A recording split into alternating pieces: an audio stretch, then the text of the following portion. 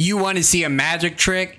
Are you a mind freak? Hello everyone, it's Jay, and let's talk about Criss Angel and his impact on real or fake magic. Magic and illusions have always been something that fascinated me since I saw David Blaine's VHS special in the early 2000s. And don't ask me what a VHS is because it really shows my age. But a big part of YouTube today is due to people like David Blaine or Criss Angel showing the world of magic on television. I mean, just take a look at the Hawktula girl recently.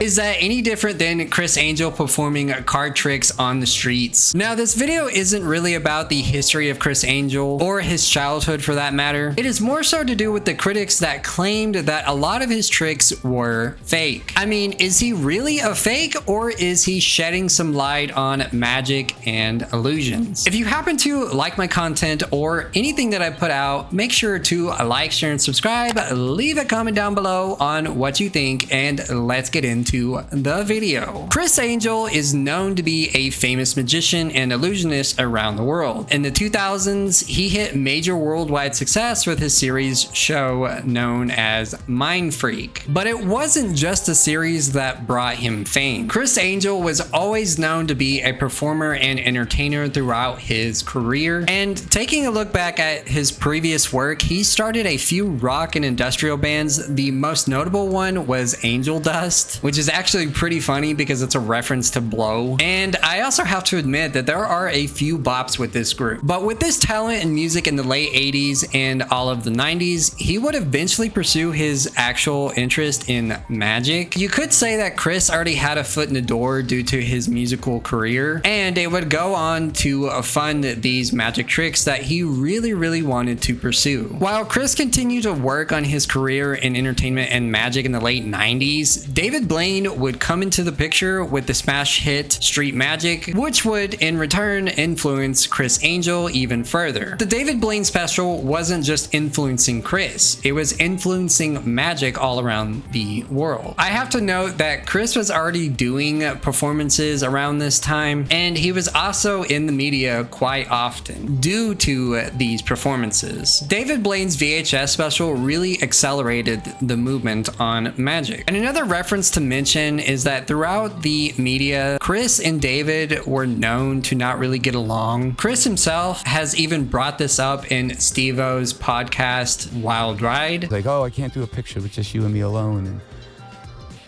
it's just bizarre, dude. Like, just bizarre behavior. But I mean, come on, it's two entertainers in the industry. After Criss's success in live performances of magic and illusions, he would go on to produce his hit TV show we all know today, Mind Freak, which was aired in the early 2000s and lasted about 6 seasons. This show wasn't his only success in the industry though. He would go on to write books about how to perform magic tricks, be in an episode of CSI New York, which was hands down one of my favorite series to watch whenever I was a kid, and influenced performers around the world. Dan Sperry is another well performer of illusions. I love his work. With Criss's hit show Mind Freak, he would perform magic and illusions in the streets of Las Vegas, all while filming each stunt. This was due to capture the essence of the realism of the trick, but also to showcase magic and what it can do as entertainment. The most notable episodes I remember is when he would float above the pyramid in Las Vegas, or whenever he walked on the side of a building. That stuff was insane. You can't deny that that was insane to air on TV. And I mean, it was so insane that it would influence my 11-year-old brain at the time to try to perform the floating trick, which I learned off of YouTube thanks to Criss Angel. Can I do it now? No. As the stakes got higher and higher on each episode of what he could pull off within the magic realm, so did a lot of criticism that he was a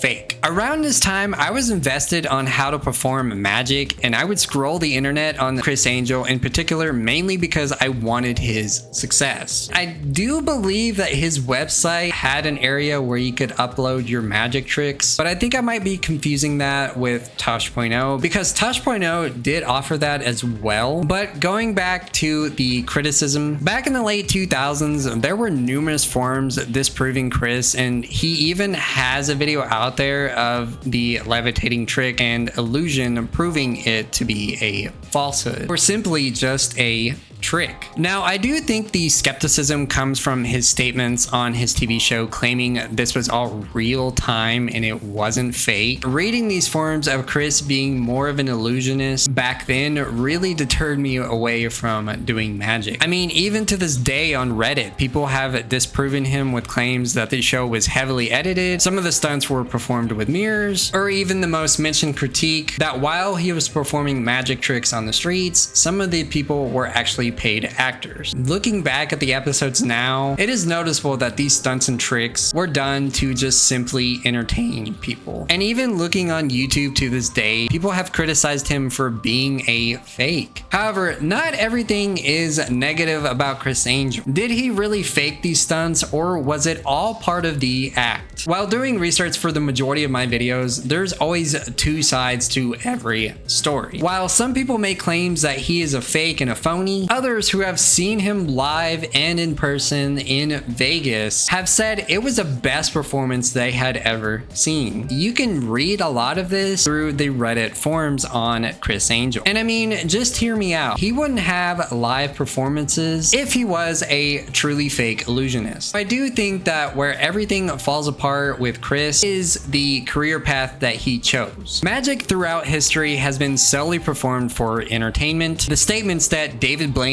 or Criss Angel make that it was all real creates this falsehood behind it. But on the flip side, Criss Angel openly admits the workaround for magic in his books. So is he real or is he fake? Criss himself openly admits to just being an entertainer. And I mean, he was the producer of Mind Freak. So you would have to say that he is a big part of the entertainment industry. There's a lot of tricks that you can do with filming things that are done in movies even now to really bring the picture to life. And this also aligns with the trades and tricks of magic, which has made him really successful. The falsehood that a lot of these illusions are real creates hateful critics. But without these critics, he would have never been so successful. So you could say that he himself is magic because he created a narrative behind his name. Is his show and his live performances kind of edgy? Yes. But that's all part of entertainment. And that's also part of the film industry if you really take a look at it. What do you think, you little mind freak? Is he a real or a fake magician? Magic is not only about tricks, but it is also about entertaining the audience in a way that they have never seen before, pushing limits higher and higher. With that being said, guys, this will be the end of my video. If you like anything that I put out, like, share, and subscribe. Leave a comment down below on what you think, and I'm out.